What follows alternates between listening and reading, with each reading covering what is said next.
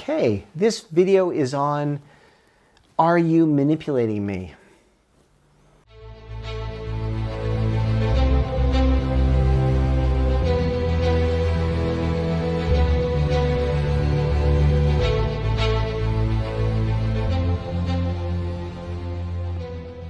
Healthy relationships with others, both personal and professional, are usually formed with respect, understanding, and mutual trust.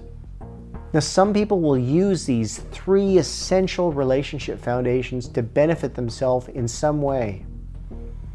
And it may be done in a very subtle fashion or more almost overtly. Sometimes we don't know someone is manipulating us until it's too late. You may feel a sense of unease in a relationship with someone, a gut feeling, something just like, it's not right. You may be questioning yourself more than you usually would.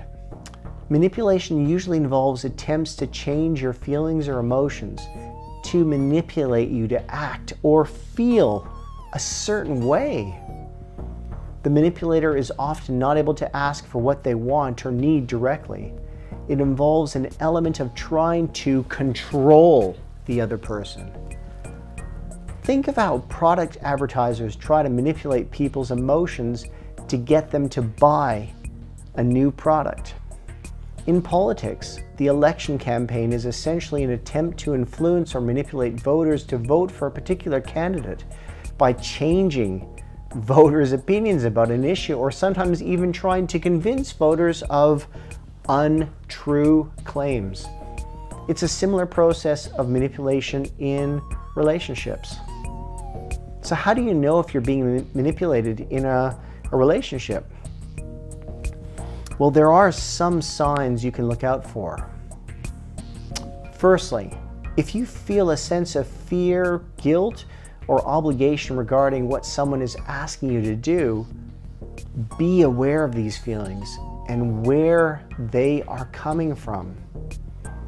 Maybe you're being coerced into doing or saying something that, look, it just doesn't feel right. Manipulators can often be classified as acting as bullies or even victims.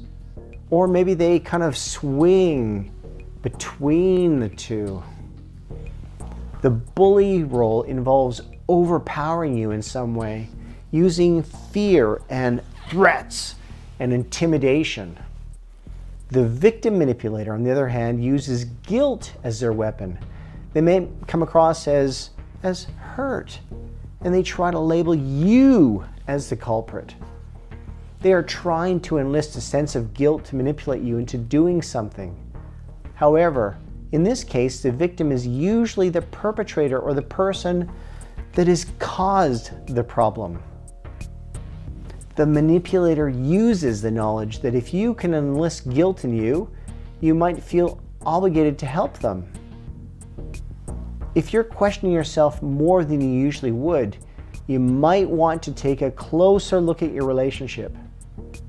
Maybe someone is saying, "That's not how it happened," or "I didn't say that to you," and your memory is that it did happen or that they did say something. They may be routinely leading you to question your reality, your memory, your thoughts. This can also be termed gaslighting behavior. Maybe you confront them about someone or something you believe they did wrong, and then you apologize to them before you know it.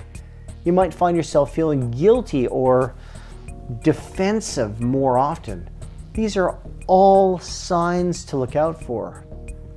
Now, a key point is that manipulators often blame others and don't like to take responsibility. It's like the Teflon coat of responsibility just kind of washes off them. Keep your eyes open if it seems a little too sugary and sweet. This person might seemingly be always helping people out and doing favors for others. But with every good deed and nice act, there are a bunch of strings attached or expectations. You owe me. If you don't then follow through with the manipulator's expectation, you will be called ungrateful.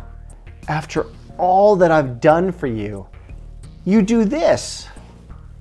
A salesperson might say that they'll give you a fantastic deal, but the expectation is that you must buy the product on the spot, right here, right now. Or in a relationship, someone might arrive home with a big box of chocolate for you, closely followed by a request. They're counting on you to feel you have to reciprocate and comply. Maybe you've noticed that someone often will freeze you, that is, the silent treatment, out or talk directly over you, not letting you communicate your thoughts or feelings with them. This is sending you the message either way that your beliefs and emotions don't matter or they're just not necessary. They may use these tactics to manipulate you into getting what they want. So what can you do if you think someone may be manipulating you? The first step is to acknowledge you're being manipulated and also the type of manipulation they're using. You're then putting boundaries in place for yourself, as manipulators often have rigid or enmeshed boundaries themselves. Decide what you're willing to put up with and how you wish to be treated. Everyone has a right to a healthy sense of boundaries. Be sure only to set boundaries that you feel able to commit to and also sustain over time.